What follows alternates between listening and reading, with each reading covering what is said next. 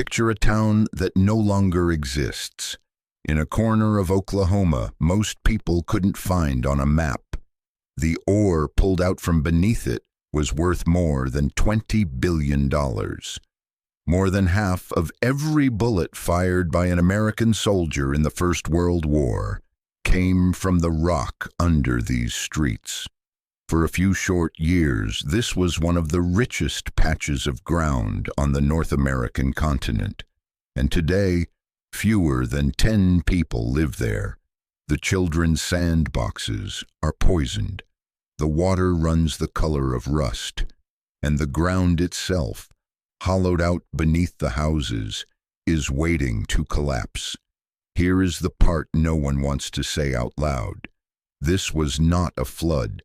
It was not a war. It was not some accident of nature or a curse on the land. This town was killed slowly and deliberately by the thing everyone came looking for in the first place. It began with a single drilling rig, stuck in the mud during a thunderstorm, and one word that would decide everything: wealth. The place is called Picher, and to understand how it died, you have to go back to the land itself in the far northeastern corner of what was then still young Oklahoma, hard against the Kansas line. This was Quapaw country. The federal government had allotted these acres to members of the Quapaw Nation, and by law many of those owners were classified as restricted, meaning they could not freely sell or develop their own ground. They could lease it, and the men who wanted what lay underneath understood that distinction perfectly. What lay underneath was lead and zinc. The lead came locked in a heavy silver-gray mineral called galena. The zinc came in a resinous, honey-colored ore called sphalerite. On their own, these were dull rocks. But in the early years of the 20th century, they were among the most valuable substances in the industrial world. Zinc galvanized steel and filled the new storage batteries. Lead-lined pipes sealed paint, and above all, it became ammunition. A nation arming itself needed both in quantities that had never been imagined before. The rock beneath Quapaw land was about to become the answer to that need. The man whose name the town would carry was Oliver S. Picher, owner of the Picher Lead Company out of Joplin, Missouri, just across the state line. For several years, his crews had drilled across the district looking for the next great strike, and for several years they had found mostly disappointment. The best ground, the experts said, was played out. The easy fortunes had already been made. Then, late in the year 1913, came the accident that made everything else possible. A Picher drilling rig was being hauled to a new site when a thunderstorm turned the ground to soup. The heavy equipment sank into 5 feet of mud and would not move. Rather than tear the rig down and start over, someone made a simple, almost lazy decision. If the machine was stuck here, they might as well drill here. What came up out of that hole stunned everyone who saw it.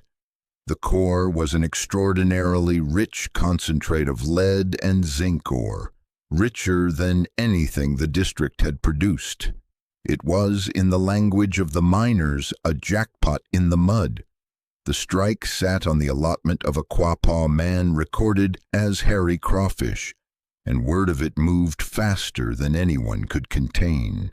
Within 2 years, 20 more strikes followed across the surrounding field. A town materialized almost overnight. Statewide newspapers reported that it had been born in a single night, and that was barely an exaggeration. Tents and shacks and mills went up across the prairie in a matter of weeks. The place took its name from Oliver Picher, the lead man from Joplin, and it was Picher that the crowds now poured toward. In 1916, the Picher Lead Company and the Eagle White Lead Company of Cincinnati formally merged into a single enterprise. The name of that new company was Eagle Picher, and remember it, because for the next half-century, almost everything that happened here, the fortunes and the wages and, in the end, the ruin, would trace back to that one name. The metal had been found. The soldiers of a coming world war would be armed from this ground. Fortunes were about to be made on a scale no one in Ottawa County had ever seen. But that first rich core pulled from the mud carried something else inside it, something no one was looking at in 1913. From this moment on, the metal would make the decisions. Every choice the people of Picher made, where they lived, how they dug, what they left behind, would be dictated by the hunger for what lay under their feet. And that hunger had only just begun to feed. Go down into one of these mines, hundreds of feet below the streets of Picher, and you would see them everywhere in the darkness. Pillars, great columns of solid ore, left standing on purpose, holding up the roof of rock and the entire town above it. Every one of those pillars was the only thing between the miners and the weight of the world overhead. But here was the problem that would eventually doom the place. Those pillars were not made of waste. They were made of the same rich lead and zinc that everyone was down there to dig, which meant that every column holding up the town was also money, standing in the dark, waiting to be taken. And one day, when the easy ore ran thin, men would come for the pillars too. That was still years away. In the beginning, there was only the boom, and the boom was staggering. The census of 1920 counted 9,126 people in Picher. 6 years later, at the peak in 1926, the population reached 14,252. At the height of it, more than 14,000 men worked underground in the mines, and another 4,000 worked above them in roughly 1,500 separate mining service businesses. The machine shops and the ore haulers and the suppliers that a district this size demanded. There were not enough beds in Picher for all of them, so the workers came by rail. An extensive electric trolley system, an interurban line, carried miners in every morning and out every night, running all the way across the state line to Joplin and Carthage, Missouri. The prairie that had been nearly empty a decade earlier now moved to the rhythm of shift changes, the cars packed with men going down and men coming up, their faces gray with rock dust. The scale of the digging is hard to picture even now. The Picher field became the single most productive district in the entire tri-state mining district. The great lead and zinc region spread across the corners of Oklahoma, Kansas, and Missouri. Between 1917 and 1947, this ground produced more than $20 billion in ore. During the First World War, the region around Picher supplied more than half of the zinc and close to half of the lead used by the United States. When the country needed metal to fight, it reached into the ground beneath Ottawa County and pulled it out by the trainload. But the way they pulled it out is the key to everything that followed. The miners used a method suited to the strange, scattered shape of the ore bodies, a technique sometimes called random pillar mining. They dug where the rich ore was, leaving those columns of untouched rock to support the ceiling. It was not a neat grid. It was a sprawling, irregular honeycomb of tunnels and open rooms and voids, following the money wherever it wandered. And critically, no one kept a complete, reliable map of it. As the years passed and mines changed hands and companies came and went, the record of which pillars had been left standing and which had later been mined away grew patchy and unreliable. The leasing system made the hunger worse, because so much of the land belonged to those restricted Quapaw owners who could only lease. The ground was carved up into small tracts and worked by operators racing to extract as much as they could before a lease ran out. The custom of the district called for an ore reduction mill to be built on each 40-acre tract. By 1927, there were 248 separate mills operating across the Picher field. The logic was brutal and simple. Get in, take the richest ore fast, and move on. Nobody was digging as though they intended to stay forever. Nobody was digging as though anyone would have to live on top of this ground for the next 100 years. And through it all, one company kept growing larger than the rest. Picher expanded relentlessly, buying up tracts, absorbing smaller operations, taking control of smelting capacity in the surrounding towns. It became the dominant force in the field, the chief industrial concern of Picher and the country around it. What was good for the metal was good for Picher, and what was good for Picher was, everyone assumed, good for the town. That was the assumption. But look again at those pillars in the dark. The more ore the district pulled out, the more of the supporting rock disappeared. The town was being lifted to its peak of wealth and hollowed out from beneath at the very same time. Every dollar of that 20 billion came at the cost of another column removed, another void opened, another few feet of ground left with less and less to hold it up. The appetite that built Picher was, in the same motion, digging its grave, and the people walking the busy streets above had no idea how thin the floor beneath them was becoming. There is a photograph of children sledding down a white hillside in the middle of summer. Not snow. The hills around Picher were pale gray and chalky, some of them rising 200 feet into the sky, taller than a 20-story building, and to the children of the town they were the greatest playground anyone could imagine. Families spread blankets and had picnics on the slopes. Teenagers rode bicycles and motorcycles up and down the steep sides like they were sand dunes. The high school track team trained on them. Nobody in town knew that the dust they were breathing, the dust in their hair and on their skin and in their lungs, was slowly poisoning an entire generation. Those white mountains had a name. The miners called it chat. When the ore came up out of the ground, the valuable lead and zinc had to be separated from the worthless rock, the limestone and dolomite and flint that surrounded it. The mills crushed that leftover stone into a coarse, sandy gravel and dumped it. And in a district this productive, the leftovers were almost beyond counting. By the time the mining wound down, roughly 30 enormous chat piles ringed the town, holding something on the order of 178 million tons of crushed waste rock. Here is the cruelty buried inside that number.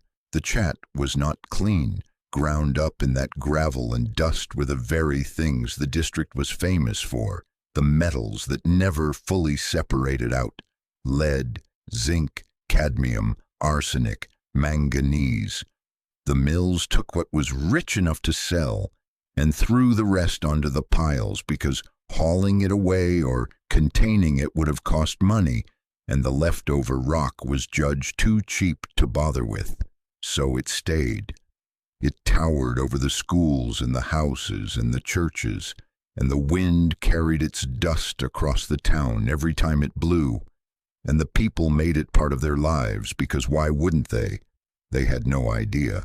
The chat was free, and it was everywhere, so residents carted it home and used it. They mixed it into concrete and poured it as driveways. They spread it on their yards and their alleys. Some parents, wanting a clean sandbox for their kids, filled those sandboxes with chat. Children played in it the way children anywhere play in sand, running it through their fingers, tracking it into the house, breathing it in day after day after day.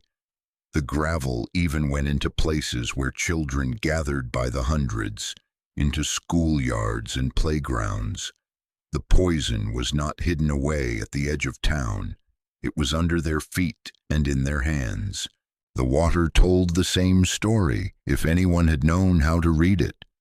Some of the creeks and pits around Picher ran a strange orange and red, colored by the metals leaching out of the ground. Children swam in them anyway, on hot Oklahoma afternoons, because it was water and they were young. Karen Harvey, who lived in Picher from 1960 to 2002, remembered swimming and having her hair turn orange, a color that would not wash out. And what the swimmers took for ordinary sunburn afterward was, in truth, something closer to a chemical burn from the metals in the water. The land was already telling them it was sick. They simply did not have the words for it yet. Nowhere was the arrangement more disturbing than at the school. The town's school stood in the literal shadow of the chat, built alongside the very piles that carried the contamination. A generation of Picher children spent their days learning, playing, and breathing in a place surrounded by industrial waste that no one had ever tested and no one had ever removed. The company had taken the wealth and left the tailings, and the town had unknowingly folded those tailings into the most ordinary corners of daily life. This was the strange innocence of Picher at mid-century, a place that loved its white mountains without ever suspecting what they were. But even as the children played, the thing that had built the town was already leaving it. The richest, easiest ore was running out. Production had begun to fall off sharply after 1946. Metal prices sagged, demand cooled, and the great engine of extraction began, mine by mine, to shut down. By 1958, most of the mining in the district had ceased. The appetite that had summoned Picher out of the prairie was finally quietly satisfied, and it was moving on to cheaper ground elsewhere. What it left behind was a town full of families, 30 mountains of poison they mistook for a playground, and a question that no one in Picher had yet thought to ask. When the companies pulled out and the pumps went silent and the wealth was gone, who exactly was going to be left holding the bill for all of it? The answer was coming, and it would be paid in the one currency the metal could never replace. In 1967, in the last working mine in the Picher field, Eagle Picher shut down its operations and turned off the pumps. There was no ceremony, no siren, no headline, no warning to the families sleeping above. For decades, powerful pumps had run day and night deep underground, doing one unglamorous job, holding back the water that constantly seeps into any deep mine. As long as the metal was worth pumping for, the pumps ran. The moment it wasn't, they stopped. And in that ordinary business decision, made in an office and felt by no one at first, the fate of the town was quietly sealed. But it would not be the rising water that killed Picher. It would be something far more human and far harder to forgive. First, the water. With the pumps silent, the mines began to fill. Groundwater and rain poured down through the shafts and crept through that vast honeycomb of tunnels, and it kept coming for years. Eventually, the abandoned workings held something like 76,800 acre-feet of water underground, an almost unimaginable reservoir sitting in the hollowed-out rock. And that water did not stay clean. As it moved through the mines, it dissolved the metals in the exposed rock and turned acidic, cooking up a solution laced with iron, lead, cadmium, and zinc. There were more than 1,400 mine shafts in the Picher area, and hundreds of them, something like 450, still stood open to the surface, unsealed. The rising, poisoned water had somewhere to go. In 1979, it arrived. Contaminated water began surfacing near the town of Commerce, seeping up out of old boreholes and shafts. And Tar Creek, the waterway running through the heart of the district, turned bright orange. The metals had come back up into the daylight, staining the creek the color of rust and killing the life in it. The town had been leaking its own poison for 6 years by the time any one official began to pay attention. The warnings, in truth, had come much earlier, and they had been ignored. Back in 1950, the Plaza Theater in downtown Picher, a 1,000-seat house, was forced to close after Eagle Picker's own mining and smelting company warned that the supporting pillars in the abandoned tunnels beneath 4 business blocks were showing definite signs of strain. 4 blocks of the town were suddenly under threat of collapse. Those were the pillars from Chapter 2, the columns of ore that had held up the town, now failing exactly as the geometry of greed had guaranteed they would. The ground was announcing its own instability a full generation before anyone acted. And the company that had grown rich here, it was moving on and moving up into other businesses entirely. Eagle Picher diversified far beyond the tri-state mines, into industrial products and batteries and dozens of specialized markets. In the years that followed, it would be swallowed by waves of litigation and would ultimately pass through bankruptcy, its attention and its money long gone from the little town in Oklahoma that had once carried its name. The wealth had been extracted, the profits banked, and the enterprise had simply relocated to more promising ground, leaving the tailings and the shafts and the tainted water behind as someone else's problem. In 1983, the federal government made it official. The Environmental Protection Agency placed the area on its national priority list, and the Tar Creek site became a Superfund site, eventually spoken of as one of the most toxic places in the entire United States. 40 square miles, 70 million tons of tailings, 36 million tons of mill sand and sludge. On paper, at last, the disaster had a name and a file number. But here is the turn, the thing that matters more than any acre-foot of water or ton of chat. For years, the signs had been piling up right in front of everyone. The town's school test scores lagged the rest of the state. People seemed to fall ill more often than they should. The creek ran orange, the pillars strained, the dust blew, and through all of it, the machinery of response moved with a terrible slowness. Wells were capped, the water was studied, committees were formed. The chat piles, the great poisoned mountains where the children played, were largely left standing because removing them was expensive and no one had yet proven they had to. That is the quiet horror at the center of Picher's story. The town was not destroyed in a single dramatic blow. It was allowed to sit year after year in a poison that officials studied more than they cleaned, in a place the powerful had already written off. Picher was not so much attacked as it was abandoned, and then slowly, bureaucratically, judged not worth saving, which left one question that no committee had truly dared to ask out loud. All those years, all that dust, all those children playing on the White Mountains. If someone finally stopped studying the water and instead tested the children themselves, what would the blood of Picher reveal? In 1994, someone finally looked, and what they found ended the argument forever.